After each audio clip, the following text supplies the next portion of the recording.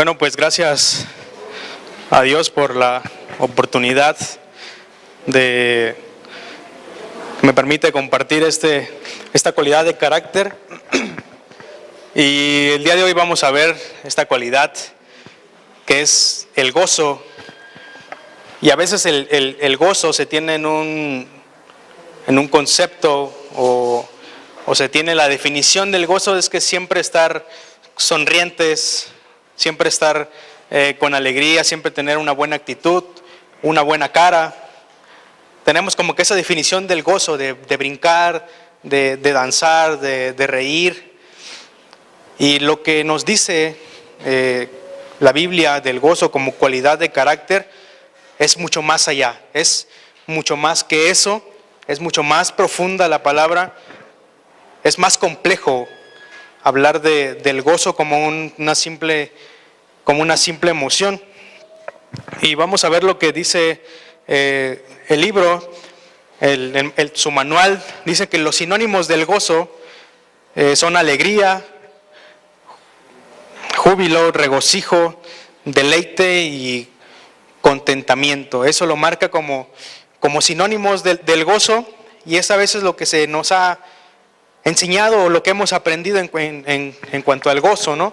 El estar, le repito, siempre contento, siempre con una sonrisa, expresiones corporales que demuestren el gozo. Y la definición que nos da dice que es una cualidad y no simplemente una emoción, y significa estar excitado, y esto no en el aspecto sexual. Eso es muy importante. También nos dice el manual que lo contrario al gozo es la tristeza. Y esta palabra en el idioma original, que es el griego, es ekpleso, que es una palabra compuesta de una preposición ek, que quiere decir de adentro hacia afuera o afuera de, y pleso, de golpear. Entonces literalmente sería golpear hacia afuera, y eso significa estar sumamente perturbado en la propia mente, estar atónito. Y nos dice el manual, el gozo que experimentamos en esta vida parece ser transitorio, algo que dure muy poco, como una emoción. Dice, el gozo como fruto del Espíritu es diferente, y sobre eso vamos a hablar, y sobre eso va a tratar este tema. Y dice Juan 15:11, dice, estas cosas les he hablado para que mi gozo esté en ustedes y su gozo sea cumplido. Y aquí nos dice también el manual, dice el gozo, que es chará en el Nuevo Testamento, aparece solo en relación con el Señor Jesucristo. En Romanos 5:11 dice, es la seguridad de que somos miembros de la familia de Dios sin importar qué cosas positivas o negativas nos ofrezca la vida.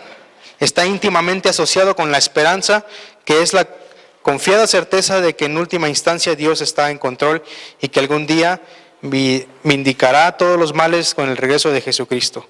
El gozo permanente que tanto el individuo que en Cristo como toda la iglesia están llamados a experimentar no es simplemente una emoción, sino una calidad de vida basada en la eterna y segura relación con Cristo, el Hijo de Dios. Una característica en el culto del Antiguo Testamento es que rebosaba de gozo y se expresaba en fiestas y tumultuosas celebraciones. En el Nuevo Testamento el Evangelio se proclama con gozo. Ocasiones como el nacimiento de Jesús, su entrada triunfal a Jerusalén y su resurrección se destacan en un marco de gozo. Y eso sí engloba y se enfoca en todo lo que es el gozo. Pero yo en este pequeño estudio que hice añadí una definición a esto. Y la definición que nos muestra es que lo marqué como la definición de que es un sentimiento bueno en el alma, producido por el Espíritu Santo, mientras nos hace ver la belleza de Cristo en su palabra y en el mundo. Y sobre estos puntos es lo que quiero basarme en este primer punto que tengo como definición. Y es que las definiciones, como se sabe, son simplemente descripciones de la manera en que la gente las usa. Las palabras no tienen un significado intrínseco. ¿Qué quiere decir esto? Que depende de la sociedad, la cultura, el entorno, es como se les da las definiciones a las palabras. Por ejemplo, una palabra aquí en México puede significar otra cosa en algún otro país, o incluso en diferencias de estados, ¿no? Vemos aquí que vienen los del norte y para los del norte una palabra significa otra cosa que para nosotros significa otra. Entonces, las palabras no tienen en sí una definición intrínseca que sea propia de ellas, sino se les da conforme a lo que la gente las usa, o conforme a una sociedad, en este caso la iglesia. Y entonces, la definición que yo quiero dar sobre lo que es el gozo no es una definición en general, sino a lo que Jesús dijo en este verso, en Juan 15:11, y que Pablo lo va a describir muy bien en la carta a los Filipenses. Y sobre ese libro me voy a basar. Y si usted trae su Biblia, lo felicito porque vamos a navegar sobre todo el libro de Filipenses, porque es ahí donde Pablo describe el gozo y lo hace ver de una manera muy especial, lo hace ver de una manera muy diferente. Entonces la definición que yo voy a dar hoy es del gozo cristiano, no del gozo en general. Entonces, quedamos que el gozo cristiano es un sentimiento bueno en el alma, producido por el Espíritu Santo, que mientras nos hace ver la belleza de Cristo en su palabra y en el mundo. Sobre esta definición la voy a dividir en 5 partes, que son la primera, que es un sentimiento bueno, a la cual vamos a entrar en este momento. Y dice como un sentimiento bueno. Y con eso me refiero a que no es una idea o una convicción, no es una persuasión o una decisión, es un sentimiento. Y aquí quiero hacer una diferencia en que un sentimiento y una emoción son completamente diferentes. Entonces el gozo tiene que verse como un sentimiento y no como una emoción. Entonces, más adelante, creo que está la diapositiva, sobre lo que es, ahí está, tenemos que ver el gozo como un sentimiento y la tristeza como una emoción. ¿Y cómo podemos graficar esto para que sea un poco más entendible? Es que tenemos nosotros como seres humanos, como la OMS declara, como seres biopsicosociales, espirituales, es que son 4 emociones básicas, que son la tristeza, el enojo, la felicidad y el miedo. Son las 4 emociones básicas del ser humano, y nos mete otras 2 que son socialmente aprendidas: la culpa y la vergüenza. Son 4 emociones básicas del ser humano. Otros autores lo manejan más, pero esto es lo que nos habla acerca del cuerpo, y 2 que son socialmente aprendidas: la culpa y la vergüenza. Y se puede graficar de esta manera. Las emociones las podemos graficar así como está ahí. Arriba y abajo, suben y bajan. Son como pequeños impulsos que nosotros tenemos. Por ejemplo, el enojo, la ira. ¿En qué momento surge eso? ¿En qué momento surgen esas emociones? Cuando la circunstancia lo amerita. Igual la tristeza, igual el miedo, igual la alegría.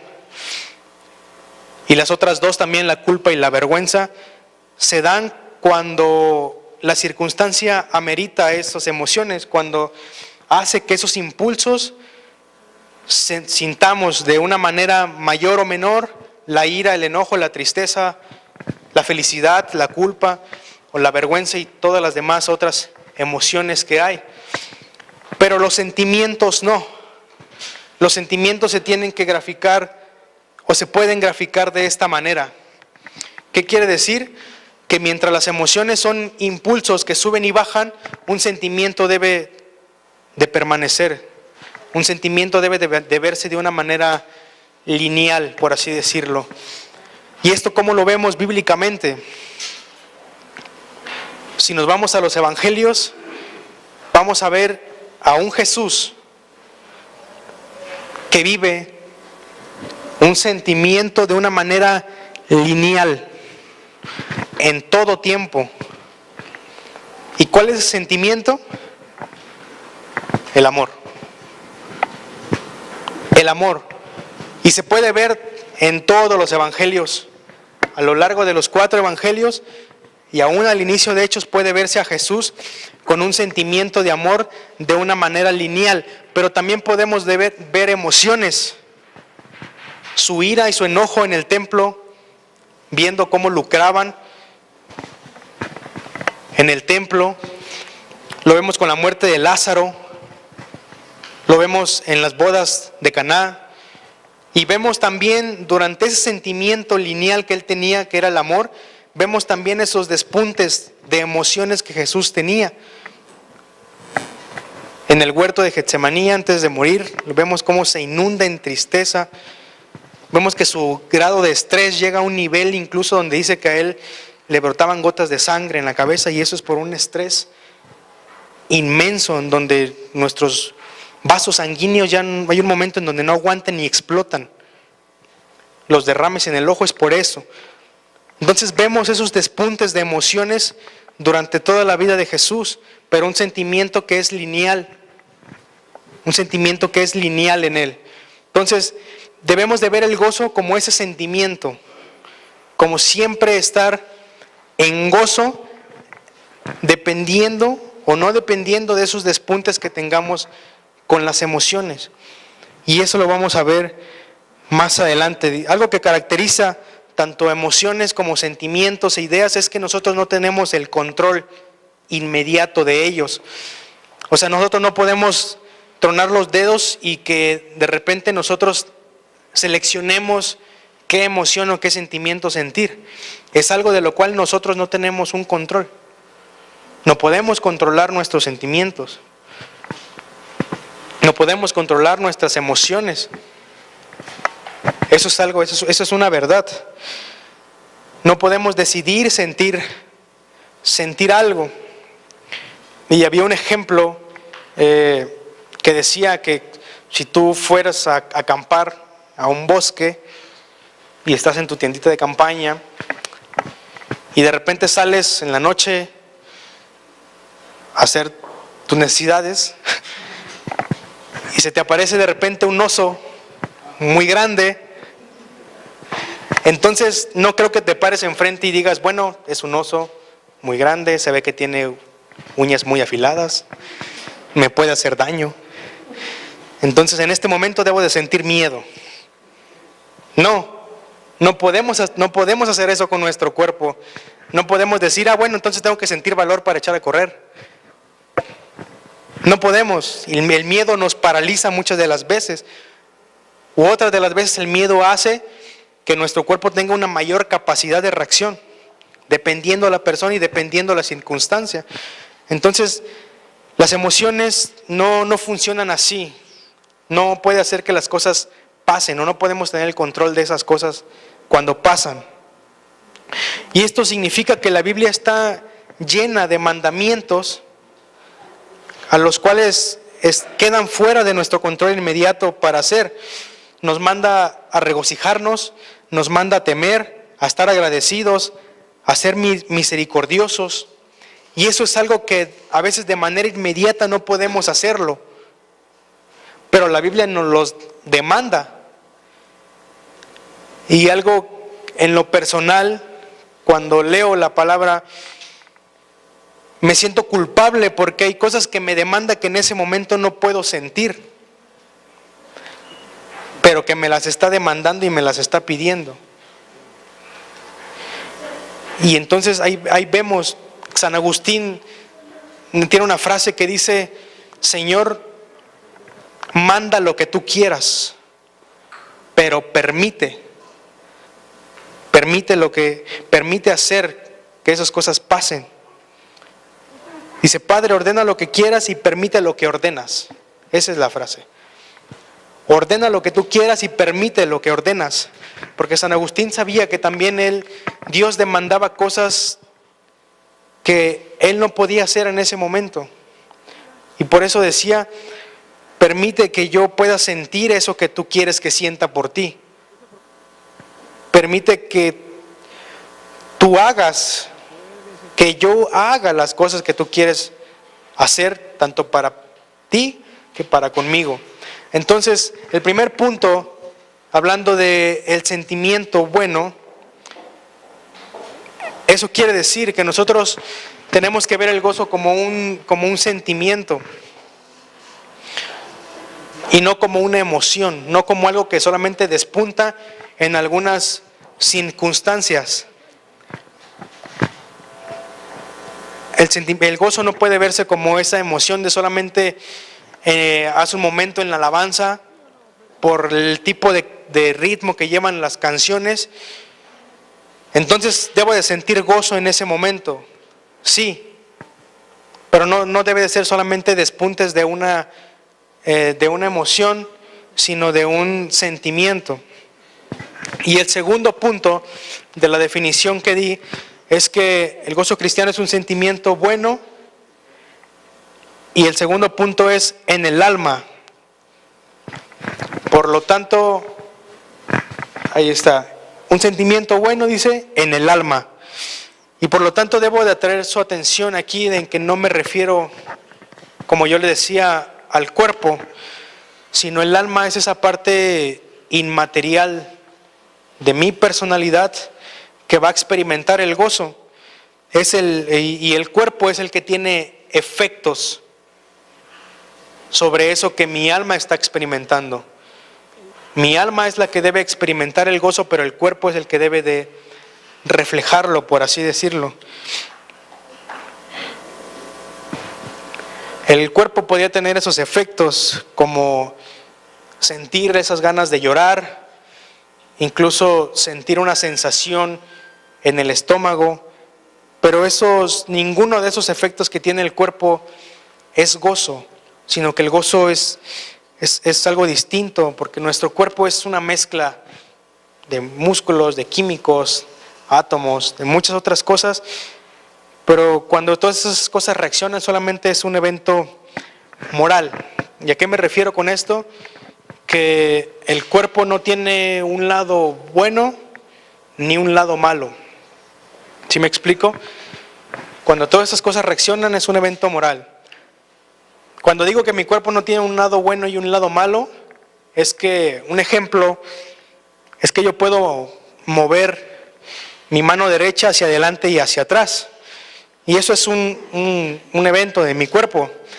Pero si yo decido cerrar el puño y darle un trancazo en la cara a alguien, entonces eso lo hace un evento malo.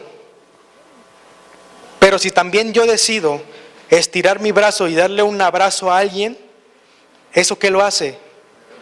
Un evento bueno. Entonces mi cuerpo no tiene esa voluntad o esa capacidad de ser bueno o malo, sino que es lo que hace que suceda.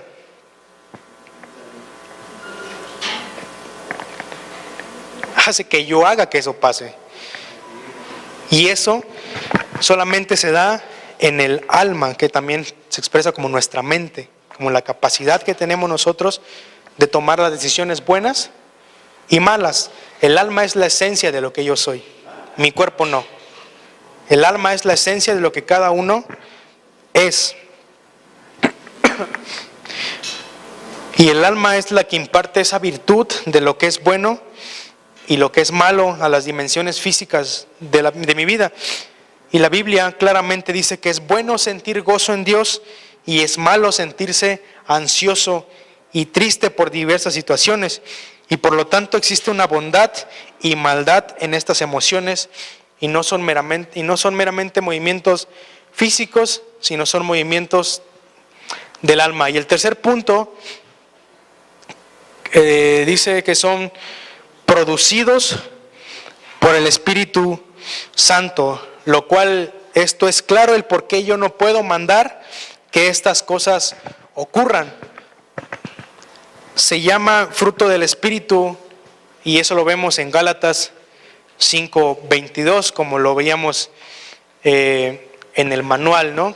¿Cuál es la primera? Amor. ¿Y la segunda cuál es? El gozo, ¿ok? Entonces, el gozo es producido por el Espíritu Santo. Lo menciona ahí, y el fruto del Espíritu es amor, gozo, después dice paz, paciencia, benignidad, bondancia, templanza, etc. Pero vemos y tenemos que ver como tercer punto que el gozo debe de ser producido por el Espíritu Santo. No es suficiente encontrarse con Cristo y caminar con Cristo. El siguiente paso y lo que sigue es tener la llenura de un Espíritu Santo. Y eso lo vemos muy claros en la Biblia. Tanto Pedro como Juan y sus hermanos tuvieron un encuentro con Cristo y sus vidas cambiaron totalmente. Pedro, conociendo a Cristo y estando con Cristo, ¿cómo lo vemos en los evangelios a un Pedro muy cambiante? Pero ¿qué pasa en Hechos cuando viene el día del Pentecostés y ellos son llenos del Espíritu Santo? Vemos a un Juan que le decía a Jesús, si quieres ahorita mandamos a que caigan rayos sobre estos cuates y los maten. Y vemos a un Pedro tan cambiante, pero después de la llenura del Espíritu Santo vemos las cartas de Juan y vemos todas las cartas llenas de amor. Hijitos míos, ámense los unos a los otros, etc. Juan era un hombre que muy prendido, muy arrebatado, por así decirlo. Y vemos a un Pedro también escribiendo sus cartas de una manera impresionante. Entonces no es suficiente conocer de Cristo o a Cristo. Lo que sigue es también tener ese encuentro y esa llenura de un Espíritu Santo. Porque eso va a hacer que produzca esos frutos o ese fruto del cual nos demanda la Biblia que tengamos en Gálatas 5:22. ¿Estamos de acuerdo? Y el punto 4 dice: el Espíritu Santo es el que hace esto, y no lo hace mágicamente sin que una mente esté desconectada. Él lo hace haciendo ver la gloria y la belleza de Cristo. Y vamos a entrar a la carta de Filipenses. Filipenses en su capítulo 3.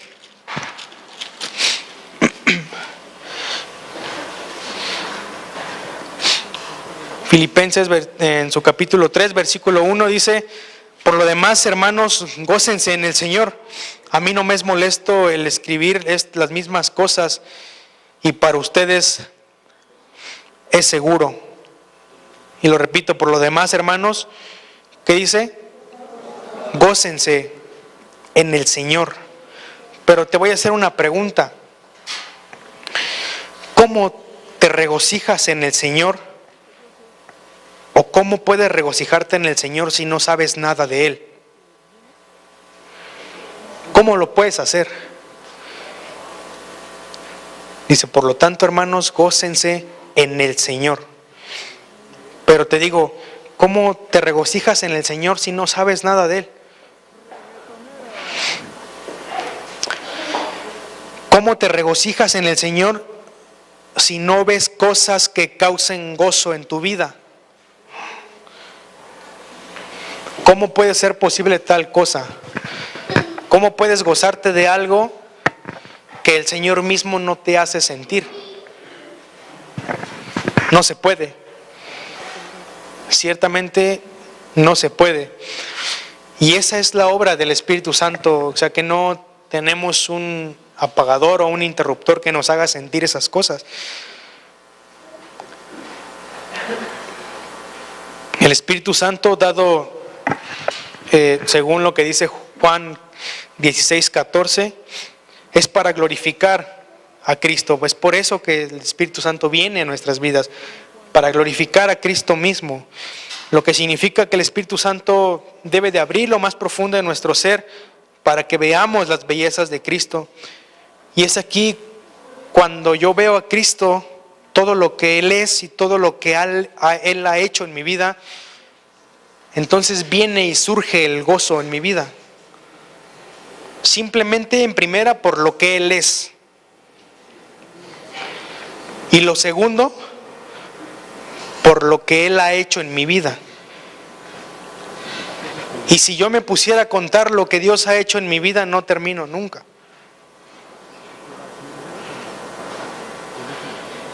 Y es ahí cuando a través del Espíritu Santo que me hace ver la belleza de Cristo, surge el sentimiento del gozo. Pero entonces, ¿cuál es el paso anterior? Exactamente, la llenura del Espíritu mismo. Y el Espíritu Santo es el que da ese fruto para que nosotros veamos esa belleza de Cristo. Y como último punto, dice, la vemos en su palabra y en el mundo. Y es obvio que la parte más autoritativa y clara donde vemos a Cristo es en la Biblia. Y si por eso el Espíritu Santo es el que está a cargo de glorificar a Cristo. Él inspiró la palabra para que leamos la palabra, para que conozcamos a Cristo, y eso mismo es el que cause el gozo en nuestras vidas, en nosotros. Pero no solo es su palabra que vemos, o no solamente es en su palabra en donde vemos a Cristo, también en los dones en los que da cada una de las personas, en sus dones a la naturaleza, en el don que da para suplir cada una de nuestras necesidades, en todas las cosas buenas que el Padre nos da. Y cada don de nosotros, o cada don que tiene cada uno de nosotros, está diseñado para comunicarnos algo de Él mismo, algo de Dios mismo. Cada cualidad que nosotros tenemos está diseñada para ver algo de Él, algo de sí mismo, algo de Dios mismo. Por eso nos llama cuerpo. Y lo dice que si uno fuera solamente un ojo y no tuviera una oreja. Cada uno de nosotros con nuestros dones, con nuestras cualidades, cada detalle de nosotros está diseñado para transmitirnos algo de lo que Dios es. Y juntos como iglesia se ve como un cuerpo entero y completo de lo que Cristo quiere transmitirnos hacia nosotros. Si algo que quiere transmitirnos como iglesia y no solamente como individuos, es eso, es precisamente el gozo en cada uno de nosotros, pero también como conjunto, como un mismo cuerpo. Y es ahí cuando vemos en su palabra, pero también en todo lo que hay alrededor, cada cosa que Él ha hecho tiene que hacernos sentir eso, que todo está diseñado, sí, para nosotros como individuos, pero también para hacerlo como un mismo cuerpo y un mismo conjunto. Entonces, junto a esta definición, es un sentimiento bueno en el alma, producido por el Espíritu Santo, que me hace ver la gloria y la belleza de Cristo en su palabra y en el mundo. Entonces, ¿sí quedó claro lo que es el gozo en esta definición? Debe ser un sentimiento bueno, que se produzca desde el alma. Pero no solamente eso, sino producido por el Espíritu Santo para que podamos ver la belleza de Cristo y eso haga que cause el gozo en nuestra vida y en nosotros. Y no solamente lo vemos en su palabra, sino lo debemos de ver en todo el mundo. Y el siguiente punto al que quiero llegar es el secreto del gozo en el sufrimiento.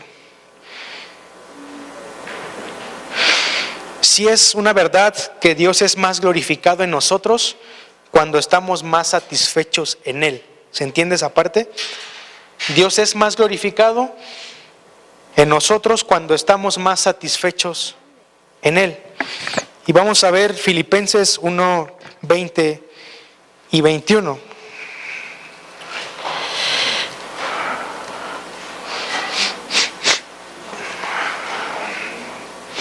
Dice, porque para mí el vivir es Cristo y el morir es, conforme a mi anhelo, esperanza de que nada seré avergonzado, antes bien con toda confianza, como siempre, ahora también será magnificado Cristo en mi cuerpo, o por vida, ¿qué dice?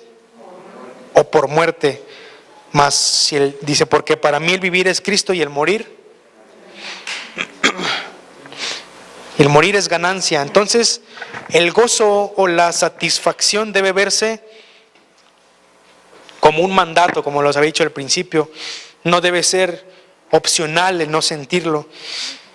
Y hay partes, y vamos a ver las partes en todo este libro de Filipenses, que van a hacer ver eso de una manera muy clara y precisa de lo que el apóstol Pablo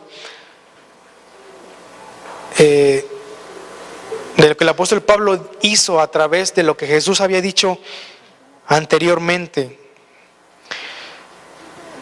Y estos son mandamientos para nosotros, todo lo que está aquí. Y los textos importantes que quiero tratar es Filipenses, el primero es Filipenses 2, del 14 y 15. Dice, hagan todo sin murmuraciones y contiendas, dice, para que seas irreprensibles y sencillos, hijos de Dios, sin mancha, en medio de una generación maligna y perversa, en medio de la cual resplandezcan como luminares en el mundo. Y aquí Pablo está diciendo que no tengamos contiendas, que no murmuremos, en un contexto donde hay contiendas, donde hay oscuridad, donde hay maldad. Y puedes pensar en muchas otras situaciones en la vida donde sería natural quejarse, sería natural contender o murmurar. Pero aquí Pablo te está diciendo, no las hagas. ¿Cuál es el opuesto de la contienda? El contentamiento, la paz, el gozo en sí mismo. Y aquí Pablo está hablando de decir, en un contexto en donde hay contienda, murmuraciones, maldad, Pablo le está diciendo, no las tengas. ¿Y cómo podría ser eso posible? Si aquí Pablo está diciendo, hagan todo sin murmuraciones, hagan todo sin contiendas, hagan todo sin maldad. Pero lo está diciendo en este momento en donde es natural, donde es tan cotidiano. Y Pablo está diciendo, no hagas eso en un contexto en donde sí lo hay. El segundo verso es el capítulo 4.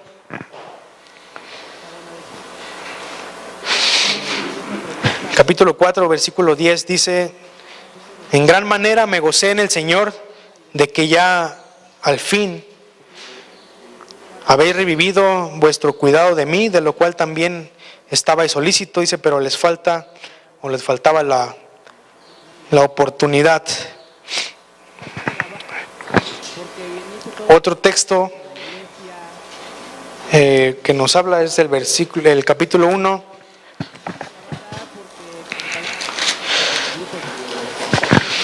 Versículo 6 dice, estando persuadido de esto, el que comenzó en ustedes la buena obra, la perfeccionará hasta el día de Jesucristo. Y aquí nos habla de la soberanía de Dios en nuestra perseverancia. Dice, si lograremos llegar hasta el final, de la cual nos habla aquí, va a ser Dios mismo el que haga que nosotros lleguemos al final. Y eso es parte de la soberanía de Cristo. Y hay otro, el 1:12, dice: quiero que sepan, hermanos, que las cosas que me han sucedido han redundado más bien para el progreso del Evangelio. Y hasta este punto, ¿qué le había sucedido a Pablo? Él estaba preso por causa del César. Y entonces aquí habla sobre sus prisiones, Pablo, y dice: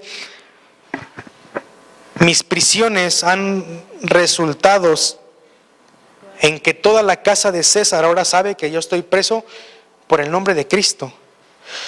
Y por lo tanto Dios ha mandado en su soberanía sobre mis prisiones y ha dirigido para su gloria y para mi gozo. Eso es lo que está diciendo Pablo en este punto. Dice: quiero que sepan, hermanos, que las cosas que me han sucedido han redundado más bien para el progreso del Evangelio. Y aquí Pablo no está diciendo: ay, pobrecito de mí, que he sufrido mucho persecuciones, ahora estoy encarcelado, me han golpeado, he pasado tanto por ustedes. No, aquí lo dice: han redundado más bien para que el Evangelio progrese, o para que el Evangelio tenga un resultado. Y es ahí la gran diferencia entre quedarse en el sufrimiento de lo que ha pasado y solamente quedarse en eso de que, ay, pobrecito de mí, y en ver lo que ese sufrimiento va a poder hacer después. Y aquí Pablo lo está diciendo muy claro: eso que me ha pasado a mí ha servido para que el Evangelio se diera a conocer en la casa de César. Y eso es algo que nosotros a veces no vemos y dejamos que nos inunde el sufrimiento y la desesperación y el miedo, pero no vemos lo que podemos hacer con eso.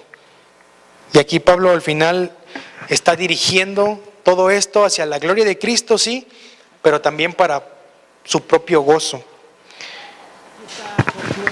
Y otro versículo en el 1:29 dice: porque a ustedes les he concedido a causa de Cristo, no solo que crean en Él, sino que también padezcan por Él.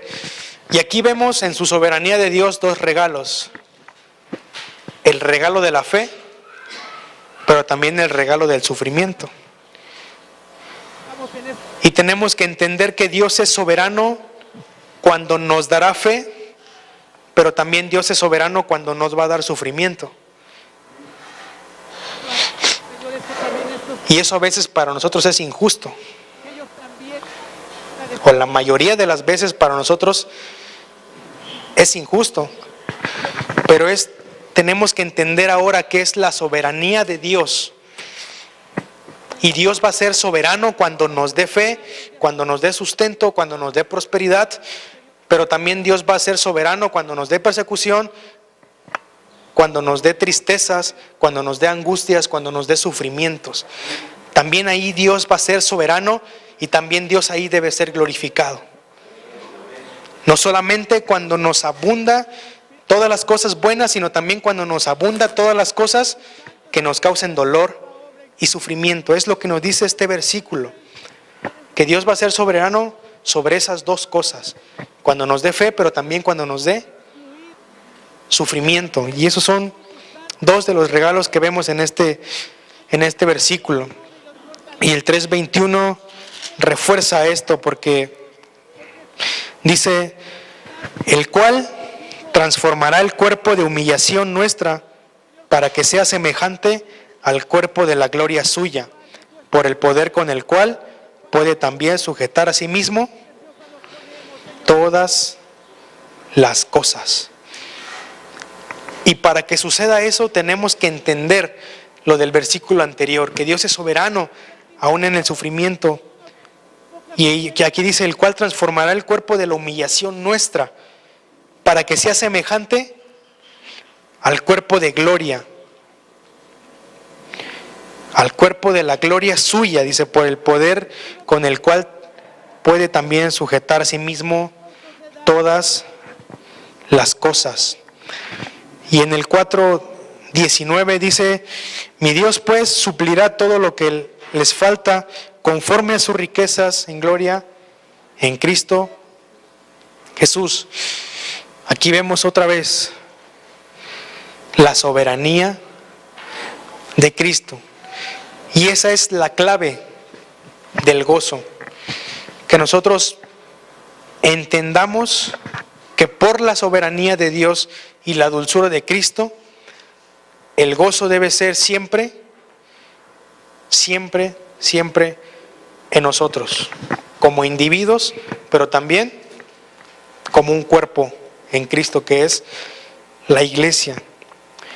La soberanía de Dios está en todo esto y es la parte del secreto que te permitirá tener gozo en cualquier circunstancia, porque sabrás que Él está a cargo de toda circunstancia y Él hará que toda circunstancia sea usada para su gloria, para tu bien y para el gozo al final de todo. Y si lográramos entender esto, llegaríamos al gozo en Dios. Hará entender que ahora todo lo miserable resulta ser también para nuestro bien. Que todo lo miserable que a nosotros nos pase es para el bien de nosotros. Pero no solamente para el bien de nosotros, sino para gloria suya, para gloria de Él. En el versículo 3:8, en el capítulo 3, versículo 8 dice: y ciertamente aún estimo todas las cosas como pérdida por la excelencia del conocimiento de Cristo Jesús, mi Señor, por amor del cual lo he perdido todo y lo tengo por basura para ganar a Cristo. En otras palabras dice, el conocer a Cristo, el experimentar comunión con Cristo ahora es más bueno y más satisfactorio, más dulce que cualquier otra cosa. Es lo que está diciendo aquí Pablo. Ahora el que yo tenga una relación y una comunión con Cristo es mucho más que todo lo que he pasado y todo lo que he vivido. Así que ahora no solo esperemos que todas las cosas que nos pasen buenas sean causantes de gozo, sino también en el momento del sufrimiento, en el momento de la pérdida y en el momento de todo. Es un mandato el tener gozo en toda circunstancia. Y entonces el secreto que nos hace ver aquí es que la soberanía y la dulzura de Cristo, cuando tenemos poco y hemos perdido mucho, dice, Cristo se revela a nosotros como más valioso de lo que hemos perdido. Y cuando tenemos mucho en abundancia, Cristo viene y nos muestra que debe ser superior a lo que tenemos. Entonces el secreto del gozo en este libro es totalmente la soberanía de Dios en nuestra vida. Y el siguiente punto es: el gozo muere en la tristeza, o debería morir en la tristeza. No. Una verdad que se debe saber es que el gozo no muere cuando la tristeza abunda. Y a lo que me refiero es que el gozo y la tristeza el gozo y la tristeza en este contexto cristiano no es un evento secuencial. ¿Sí me explico en eso? No es un evento secuencial, sino deben de ser simultáneos. ¿Qué quiere decir esto? Que viéndolo de la manera como al principio lo vimos, el gozo como un sentimiento que debe de ser lineal en toda nuestra vida, no debe dejar de ser lineal aun cuando la tristeza, la ira o el enojo estén rebotando en nuestra vida, sino deben de ser estos simultáneos. el gozo como sentimiento y la tristeza como emoción, porque nosotros somos llamados en este libro a regocijarnos siempre. Y en el Salmo, hay un Salmo, el Salmo 35,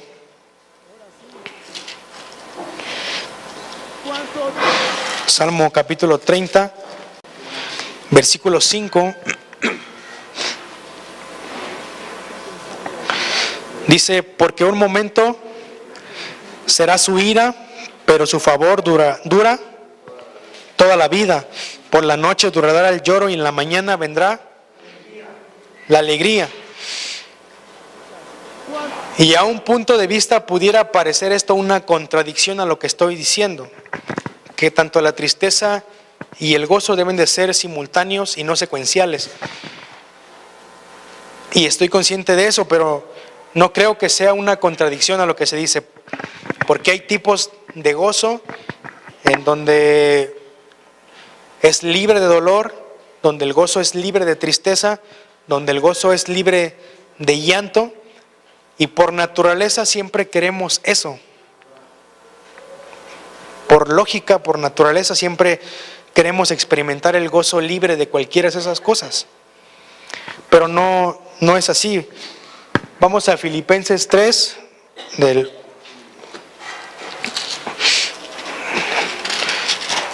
Filipenses 3, 1 y 2. Dice: por lo demás, hermanos, gócense en el Señor. A mí no me es molesto el escribirle las mismas cosas, y para ustedes es seguro. Dice: guárdense de los perros, guárdense de los malos obreros, y guárdense de los mutiladores de cuerpo. Y aquí Pablo no les está diciendo gócense y dejen de gozarse. No dice lidien con el conflicto y después de que hayan lidiado con el conflicto entonces vuelvan a gozarse. No lo dice de esa manera. Él dice: gócense en el Señor, pero guárdense de los perros. Gócense en el Señor, pero guárdense de los malos obreros.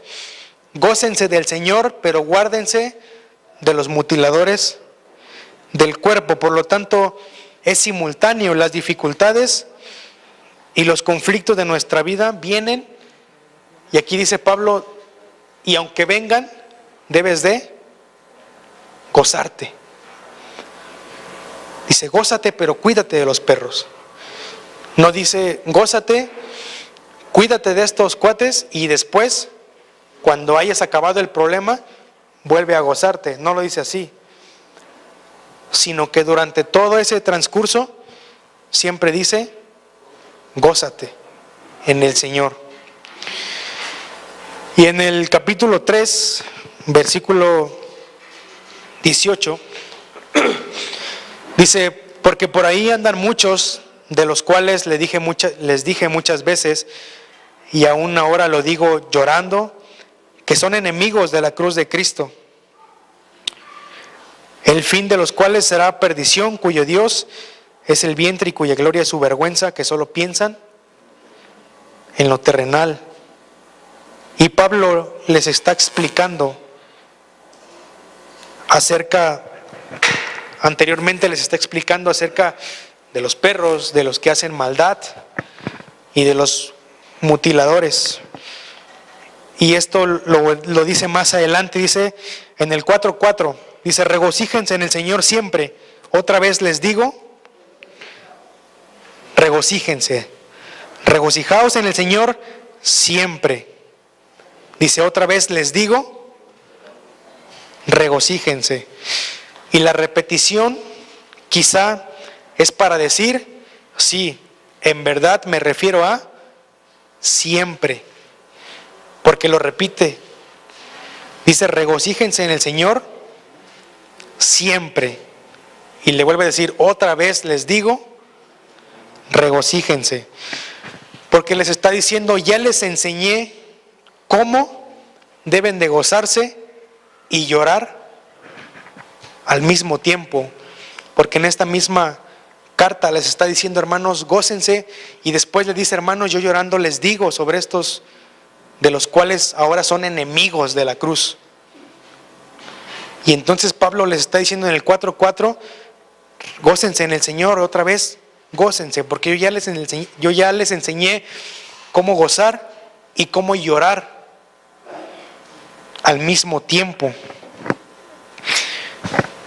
Y para salir un poco de la carta de los Filipenses, vamos a reforzar esto con Pedro. Vamos a la primera carta de Pedro, en el capítulo 1, versículo 3 al 6.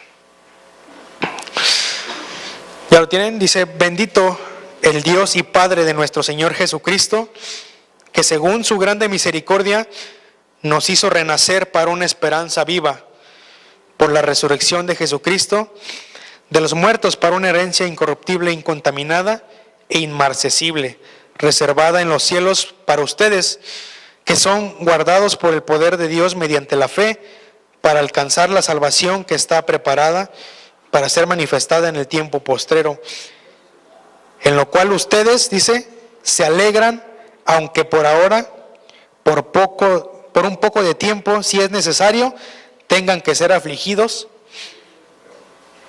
en diversas pruebas. Y lo dice así de corrido: en lo cual ustedes se alegran, aunque por un poco de tiempo, dice, si es necesario, tengan que ser afligidos en diversas pruebas.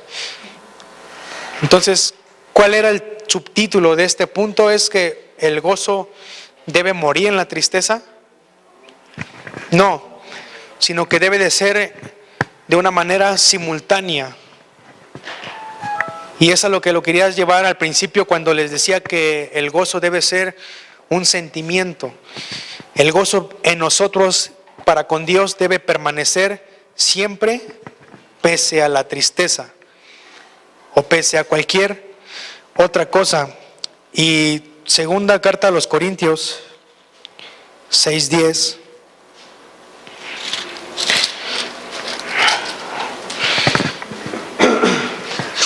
¿Qué dice?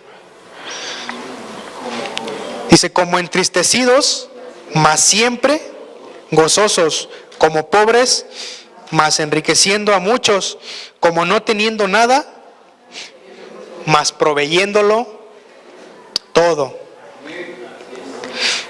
Y aquí lo dice de manera aún más clara. Dice: como entristecidos, mas siempre gozosos, como pobres, mas enriqueciendo ¿a quién? A muchos, como no teniendo nada, mas proveyéndolo todo, mas poseyéndolo todo, perdón. Y es algo muy grande esto que nos dice aquí, porque como nos dice como entristecidos, mas siempre gozosos. Pareciera ser una contradicción o verlo de una manera no muy lógica para nosotros, ¿no? Porque dice como no teniendo nada al final, pero poseyéndolo todo. O sea, no es coherente, no suena coherente, ni tampoco suena lógico, si lo vemos desde una mente humana, ¿no? Dice, como pobres, pero enriqueciendo a muchos. ¿Cómo se puede hacer eso? Viéndolo desde una perspectiva lógica y coherente. No resulta, ¿no? Dijeran unos como que no cuadra. Pero es un mandato. Y eso debemos de entender. Que el gozo y la tristeza deben de ser hechos simultáneos. Porque si a veces, como decía la pastora, no creo que como cristianos sufran depresión, entonces ahí la tristeza la estarían convirtiendo en un sentimiento y no en una emoción, porque pudiéramos tener la emoción de sentirnos tristes en algún momento, pero el problema está en cuando dejamos que la tristeza se quede como una manera lineal en nuestra vida, y entonces ahí sería al revés. sería el gozo el que dé despuntes en nuestra tristeza. Y no. ¿Cuál es el mandato?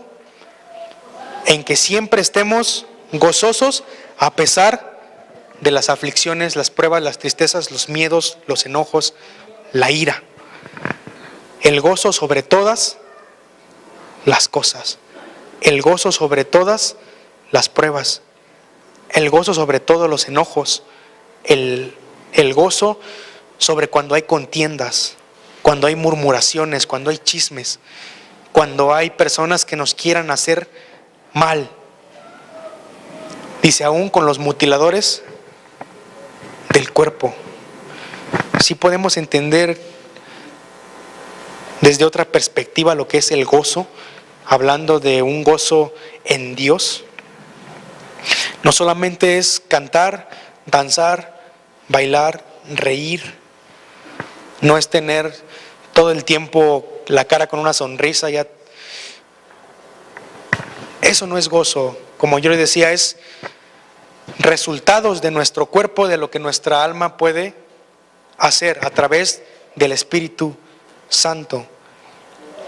Pero el gozo, como lo decía el manual, es la plena confianza y la esperanza de lo que Cristo y de que Cristo es soberano sobre cuando nos da abundancia, pero también cuando ¿qué? Cuando nos da las pruebas. Y como último punto, el gozo, dice, rebosa en el amor. Y esto en Filipenses 1 y 2, ¿qué nos dice?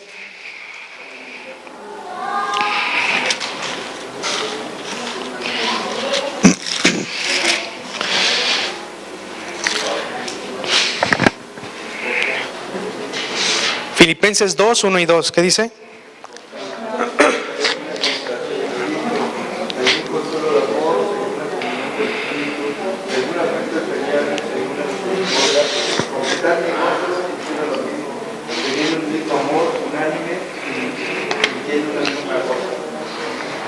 Ahí está. Otra vez dice, por tanto, si hay alguna consolación en Cristo, si algún consuelo de amor, si alguna comunión del Espíritu, si algún afecto entrañable, si alguna misericordia, dice, completad mi gozo, sintiendo lo mismo, teniendo el mismo amor, unánimes, ¿y qué dice? Sintiendo una misma cosa. Y yo le quiero hacer una pregunta. ¿Como iglesia nos amamos?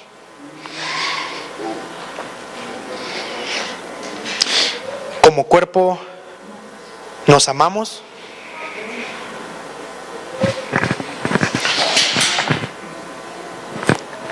¿Puede ser probado eso? ¿Cómo lo vemos? ¿Cómo sabemos si como iglesia nos amamos o no? ¿O si estamos unidos o no? Si, como decía Pablo, estando unánimes, sintiendo una misma cosa. Y eso se ve desde un cierto punto. Y puede ser probado también. Y lo repito, todo esto es un mandato. El gozo debe rebosar en el amor. Y lo repito, tanto como individuo como un cuerpo. Y por último, en el capítulo 2, 29,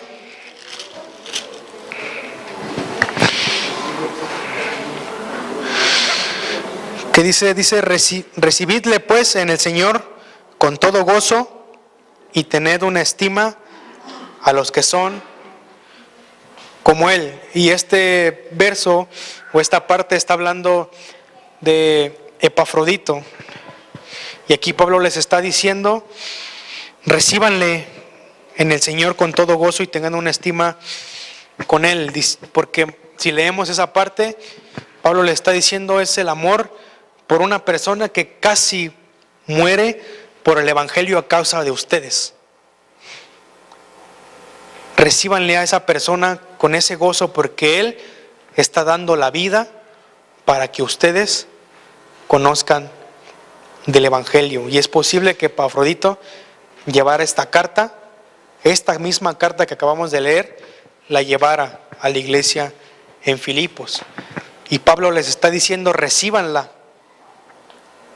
con todo gozo y recíbanlo a Él porque Él está dando la vida por cada uno de ustedes. Ámenlo. Y nuevamente aquí nos deja ver ese amor, tanto como iglesia y en grupo, pero también a un individuo y de una manera personal. Entonces, en conclusión, el gozo ya vimos que debe ser un sentimiento y no una emoción. También vimos que el gozo y la tristeza deben de ser de una manera simultánea y que el secreto para entender eso es entender que Dios es soberano en las dos cosas y que por último el gozo debe de ser rebosado ¿en qué? En el amor para con cada uno de nosotros. Y quiero terminar esta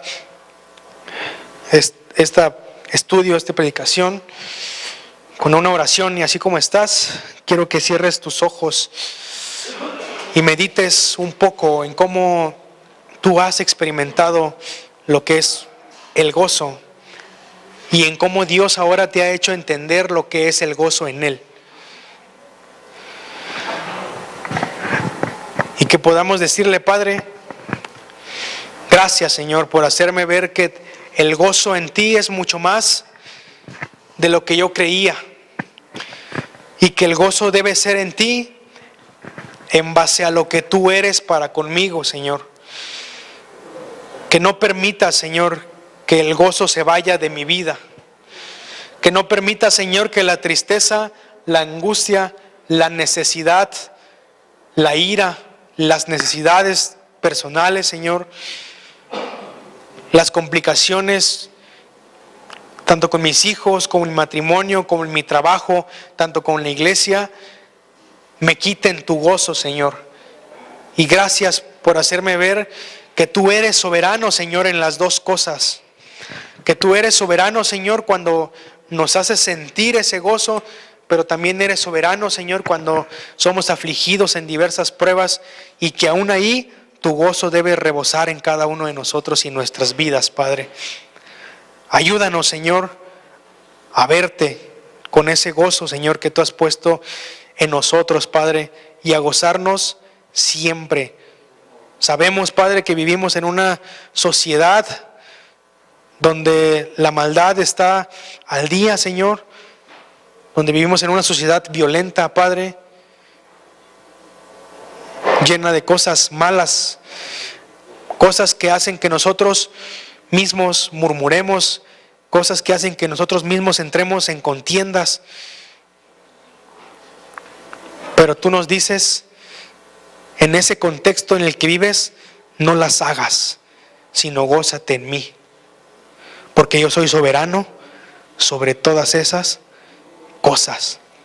Te agradecemos, Padre, por esto que tú nos has enseñado, Señor, por eso que tú has hablado, Padre, en este día, Señor, y que podamos entender que tu gozo es mucho más grande, Señor, de lo que nosotros podemos experimentar como una simple emoción, Señor. Ayúdanos, Padre, a que el gozo nunca se pierda, Señor, sino que prosigamos a la meta en ti, Padre, llenos de gozo, Señor, regocijándonos siempre en ti, por lo que tú eres, Señor, y por lo que tú has hecho en nuestras vidas hasta el día de hoy y por lo que seguirás haciendo con cada uno de nosotros, Padre. Te damos gracias, Señor, por todo eso, en el nombre de Jesús. Amén.